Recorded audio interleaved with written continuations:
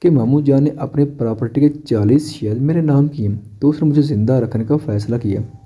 میرے جان سنجیدگی سے اس کی بات سن رہا تھا۔ مجھے اس نے پڑھایا لکھایا لیکن پاکستان سے دور، تاکہ وہ ماموں جان کی پراپرٹی ہتھیار سکے۔ میں نے بہت کوشش کی تم تک پہنچنے، لیکن میں مجبور تھی۔ وہ رو پڑی تھی۔ اس کی بیٹی نے مجھے ہر حساب سے نیچا دکھایا، مجھے یتیم ہونے کے طعنے دیے گئے، مجھے بہت اذیت دی گئی، لیکن شاید میں تمہارے لیے زندہ تھی۔ جب شہبار گھر آیا تو وہ بہت خوش تھا۔ وہ کہہ رہا تھا وہ تمہارا گھر جلا کر آیا۔ مجھ سے برداشت نہیں ہوا میری جان، میں مر جانے کے قریب تھی، لیکن کچھ دن بعد پتہ چلا تم اور یالے بالکل صحیح سلامت ہو۔ منور انکل تمہیں اپنے گھر لائے، میرے دل کو قرار آیا تھا۔ تم جانتی ہو جب ڈیڈ کڈنیپرز کے پاس کیش لے کر گئے تو انہوں نے کہا تم غلطی سے کھائی میں گر گئی ہو۔ بہت ڈھونڈا صاحب نے، امید کھو دی تھی، لیکن میں جانتا تھا تم ہو، میں محسوس کرتا تھا تم واقعی ہو۔ وہ مسکراتے اسے گلے لگا چکی تھی۔ میں نے بہت ڈھونڈا اور اب جا کر مجھے ملی ہو۔ اس کے ماتھے پر لب رکھتے ہوئے وہ محبت سے بول رہا تھا، جبکہ وہ دل میں نئے جذبات ابھرتے ہوئے محسوس کر رہی تھی۔ تمہاری آنکھیں میری جان، آئی جسٹ لوڈ اٹ۔ اس کی آنکھوں پر ہونٹ رکھتے ہوئے وہ مسکرائی۔ تم کیوں سکون سے بیٹھی، اٹھو اور اپنی ماں کے ساتھ صفائی میں مدد کرو۔ ماریا نے تعبیر کو تانا دیا جو تھک ہار کر ابھی بیٹھی تھی۔ تعبیر کا سانس پھوٹ رہا تھا، ابھی تو وہ کچن سے کام سے فارغ ہوئی تھی۔ وہ لب بھینتی ہوئی اٹھی۔ ایک کام کرو، میرے لیے چائے بنا، تم بنا لو گی نا؟ زونی نے صوفے پر بیٹھتے ہوئے روب سے کہا۔ جی۔ وہ بوجھل قدموں کے ساتھ دوبارہ کچن میں گئی تھی۔ یہ چینی کہاں ہوگی اب؟ وہ اوپر کی شیلف دیکھتے ہوئے بولی۔ اف، یہاں تک ہاتھ ہی نہیں جائے گا، کیا کروں؟ ایڑیاں اٹھاتے ہوئے بمشکل اس کی انگلیاں شیلف سے لگی تھیں۔ اسے اپنے پیچھے کسی کا احساس ہوا۔ وہ گھبراتے ہوئے پیچھے مڑی تھی۔ او ریلیکس ڈال، میں صرف ڈبہ اٹھانے میں مدد کرنا چاہتا تھا۔ شان نے شیلف سے ڈبہ نکال کر تعبیر کی طرف بڑھایا۔ تعبیر نے گھبراتے ہوئے اسے دیکھا جو اسے سر سے پاؤں تک گھور رہا تھا۔ جلدی سے ڈبہ لے کر وہ اس سے پیچھے ہٹی تھی۔ وہ انگلی سے پیشانی مسلتا ہوا اسے گھورتے ہوئے کچن سے باہر نکل گیا تھا۔ چائے بنا کر وہ زونی کو دے چکی تھی۔ فضول، اور کتنی گرم ہے یہ؟ ایک گھونٹ بھرتے ہوئے وہ گرم چائے کا کپ اس کے پیروں میں گرا چکی تھی۔ گرم چائے تعبیر کے پاؤں جلا چکی تھی۔ تمہیں کوئی کام آتا بھی ہے یا فضول کی روٹیاں توڑنے آئی ہو؟ اس میں تھوڑی سی بھی چینی نہیں ہے، زونی نے ڈرامہ کرتے ہوئے اسے کھری کھری سنائی۔ وہ سر جھکائے خاموشی سے سن رہی تھی۔ معاف کرنا بیٹا، میں اسے سمجھا دوں گی۔ فرزانہ نے آ کر اسے بچایا۔ وہ روتے ہوئے سروینٹ کوارٹر کی طرف دوڑی تھی۔ اب اتنی بڑی بات بھی نہیں تھی۔ فرزانہ نے لاپرواہی سے کندھے اچکائے۔ فرزانہ نے نیچے گری ہوئی چائے اور ٹوٹے کپ کے ٹکڑے سمیٹے تھے۔ ماریا اور زونی ہنستے ہوئے وہاں سے جا چکی تھی۔ آہ، اس کی کونی دیوار سے رگڑ کھا گئی تھی۔ زخم اب بھی سوکھا نہیں تھا، وہ دوبارہ خون بہنے لگا تھا۔ وہ درد سے بازو پکڑتے ہوئے پیروں کی طرف دیکھ چکی تھی جن پر چھالے پڑ گئے تھے۔ کس گناہ کی سزا بھگت رہے ہم اللہ پاک، وہ سسکتے ہوئے گھٹنوں میں سر دے گئی تھی۔ گارڈ نے اس کی وائٹ مرسڈیز دیکھ کر فوراً گیٹ کھولا تھا۔ کار پارک کرتے ہوئے وہ گارڈ کے گیٹ کھولنے پر شان سے نیچے اترا تھا۔ زونی کھڑکی سے اس مغرور حسینی شہزادے کو دیکھتے ہوئے مسکرائی۔ وہ مسکراتے ہوئے فرنٹ سیٹ سے اسے ہاتھ دیتے ہوئے کار سے باہر لایا تھا۔ وہ مسکراتے ہوئے اس کا ہاتھ تھام چکی تھی۔ زونی پہلے تو حیران ہوئی تھی، پھر غصے سے کمرے سے نکالتے ہوئے لاؤنج تک آئی تھی۔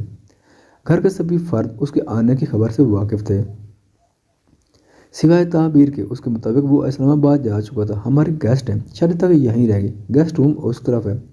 اس کا بیگ لیتے ہوئے اس کی کلائی تھام کر ایک طرف مڑا تھا۔ زونی نے خواہ جانے والی نظروں سے اسے دیکھا، جبکہ باقی سب معمولی بات سمجھ کر کام میں جٹ گئے تھے، کیونکہ اسے بزنس پارٹنرز وغیرہ اکثر آتے رہتے تھے۔ فرزانہ تعبیر کو دیکھنے کے لیے گئی تھی۔ وہ نیچے بیٹھی گھٹنوں میں سر دیے سو گئی تھی۔ کتنی مشکل زندگی ہے تمہاری میری بچی، نہ جانے کب یہ اذیتیں کم ہوں گی۔ اس کے سر پر ہاتھ پھیرتے ہوئے فرزانہ نے اس کے پیروں کو دیکھا جن پر صاف چھالے نمایاں تھے۔ نہیں، آپ پلیز رہنے، میں کر لوں گی۔ اس سے پہلے وہ خود ان پر مرہم لگاتی۔ تعبیر نے اس کا ہاتھ پکڑا تھا۔ بیٹا، انفیکشن ہو جائے گا۔ نہیں، خیر ہے، اگر آپ کو مدد کی ضرورت پڑے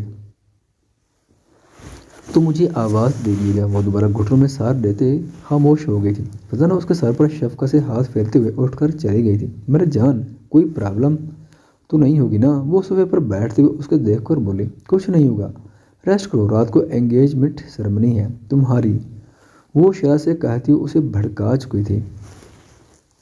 تم کچھ زیادہ بول رہی ہو۔ وہ ایک آئیبرو اٹھاتے ہوئے اسے گھور گیا تھا۔ ٹھیک ہے مت کرنا۔ وہ ہنستے ہوئے منہ پر ہاتھ دے گئی تھی۔ وہ کچھ سوچتے ہوئے باہر چلا گیا تھا۔ اس کا رخ منور صاحب کے کمرے کی طرف تھا۔ کرنا کیا چاہتے ہو تم؟ اس لڑکی کو گھر میں لا کر زونی نے اس کا ہاتھ پکڑتے ہوئے غصے سے اس کا کوٹ پکڑا تھا۔ یہ اپنے ہاتھ میں رہ کر بات کریں۔ وہ اس کا ہاتھ کوٹ سے نکالتے ہوئے اسے 2 قدم پیچھے ہٹا تھا۔ حد تم کراس کر رہے ہو۔ کون ہے وہ لڑکی؟ کہاں سے اٹھا کر لایا؟ تمہیں پتہ بھی ہے آج تمہاری میرے ساتھ انگیجمنٹ۔ Just shut up. ایک لفظ اور نہیں۔ کس نے کہہ دیا تم سے کہ میں تم سے شادی کروں گا؟ دماغ ٹھکانے ہے تمہارا؟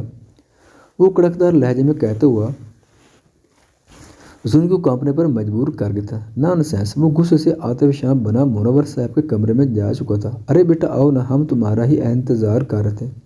کشمالہ بتا رہی تھی تمہارے ساتھ کوئی مہمان ہے۔ کون ہے وہ بیٹا؟ منور صاحب نے لہجے میں شیرینی گھول کر اس کی پیشکش کی تھی۔ بزنس پارٹنر ہیں۔ وہ سنجیدگی سے جھوٹ بول چکا تھا۔ بیٹا انگیجمنٹ کے لیے تو تیار ہو نا؟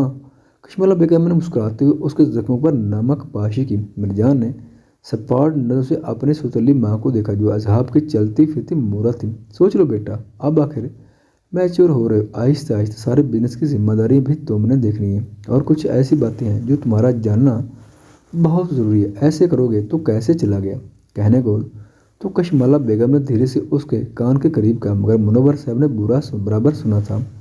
کشمالہ کی بات پر منور صاحب نے انہیں نظروں سے سراہا تھا۔